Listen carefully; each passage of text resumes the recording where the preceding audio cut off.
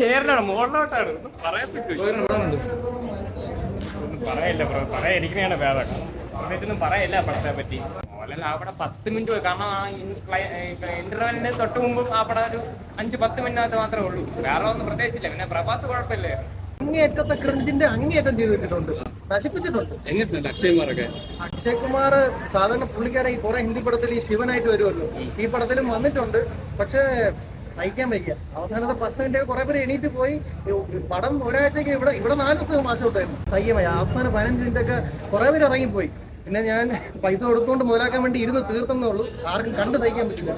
മോഹൻലാലും പ്രവാസമുണ്ട്, അതുകൊണ്ട് നമുക്ക് നിൽക്കാം.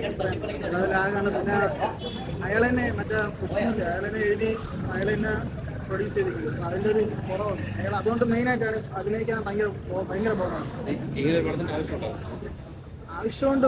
കാളഹസ്തി ക്ഷേത്രത്തിൻ്റെ ചെയ്തത്. പക്ഷേ വേറൊരാളെ ആരെങ്കിലും ചെയ്തിട്ടുണ്ടെങ്കിൽ ഓക്കെ, അടിപൊളി പോകും. കുറച്ച് ബഡ്ജറ്റുണ്ടെങ്കിലേ ചാമ്പനത്തിലും കർപ്പൂരമൊക്കെ കൊണ്ടുവന്നാലും ഒരു പൂജയൊക്കെ നടത്താം.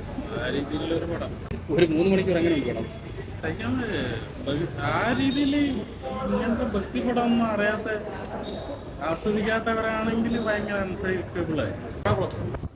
3 മണിക്കൂർ എങ്ങനെ 1 ടൈം വാച്ചബിളാണ്. അല്ല ഒന്നും അങ്ങനെ പറയാനായിട്ടില്ല. ലാലിന്റെ എൻട്രി കൊള്ളാം, VFX ഒക്കെ ശോഭമാണ്, സ്റ്റോറി ലൈനും കൊള്ളാം. പക്ഷെ അത് എടുത്ത രീതി ചില സമയത്തൊക്കെ ഭയങ്കര ലാഗായിട്ടാണ് തോന്നിയത്. ഭയങ്കര ലാഗാണ്. ക്ലൈമാക്സ് കുഴപ്പമില്ല. ഒന്നുമില്ല, ഭാര്യമാരുടെ വിരോധം ഉണ്ടെങ്കിൽ മാത്രം കൊണ്ടുവരും, അല്ലാതെ വേറെ ഒന്നുമില്ല. കൊള്ളാം, കുഴപ്പമില്ല. നന്നായിട്ട് കണ്ടുപിടിക്കും. ഒന്നും പ്രതീക്ഷിച്ചല്ല രാവിലെ വന്നത്. പക്ഷേ നന്നായിട്ട് എടുത്തിട്ടുണ്ട്. 1 ടൈം വാച്ചബിളാണ്. തെലുങ്കിന്റെ കുറെ സ്റ്റൈലും കാര്യങ്ങളൊക്കെ അതിനകത്ത് കാണുമല്ലോ. നമ്മളിവിടെ കേരളത്തിൽ എത്രത്തോളം ഓടുന്ന അറിയില്ല, എങ്കിലും പടം മോശമാകാൻ സാധ്യതയില്ല. ഒരു 3 മണിക്കൂർ എങ്ങനെ 3 മണിക്കൂർ ബോറടിക്കാതെ കണ്ടുകൊണ്ടിരിക്കുക. അപ്പൊ നമ്മളൊരു ഒരുപാട് ബുദ്ധി കളിക്കാതെ ഒരു എന്റർടൈൻമെന്റ് എന്നുള്ള രീതിയിൽ നമുക്ക് കണ്ടുകൊണ്ടിരിക്കാം. ചിലത് ഈ കാശ് കൊടുത്തിട്ട് പൈസയും കൊടുത്തിട്ട് പിന്നെ ഈ പറഞ്ഞ കുറ്റം പറയാൻ വേണ്ടി വരുന്ന ആൾക്കാർ, ഈ പറഞ്ഞ ബുദ്ധിജീവി കളിക്കാൻ വരുന്ന ആൾക്കാർ അങ്ങനെ സംഭവിക്കും ഇങ്ങനെ സംഭവിക്കും അങ്ങനെയൊന്നുമില്ല. ഒരു പ്രശ്നമില്ല, സുഖമായിട്ട് കണ്ടുകൊണ്ടിരിക്കുക. അത് കുഴപ്പമില്ല. മലയാളികൾ ഏറ്റെടുക്കുമോ? മലയാളത്തിൽ ഏറ്റെടുക്കുമെന്ന് എനിക്ക് അറിയില്ല എത്രത്തോളം. അത് പറയുന്നതിനൊക്കെ നമ്മൾ ഇതിനേക്കാൾ എത്രയും മോശം പടങ്ങൾ നമ്മൾ കണ്ടിരിക്കുന്നു. അത് വെച്ച് നോക്കുമ്പോഴത്തേക്ക് ബെറ്ററാണ്, സുഖമായിട്ട് കണ്ടുകൊണ്ടിരിക്കുക.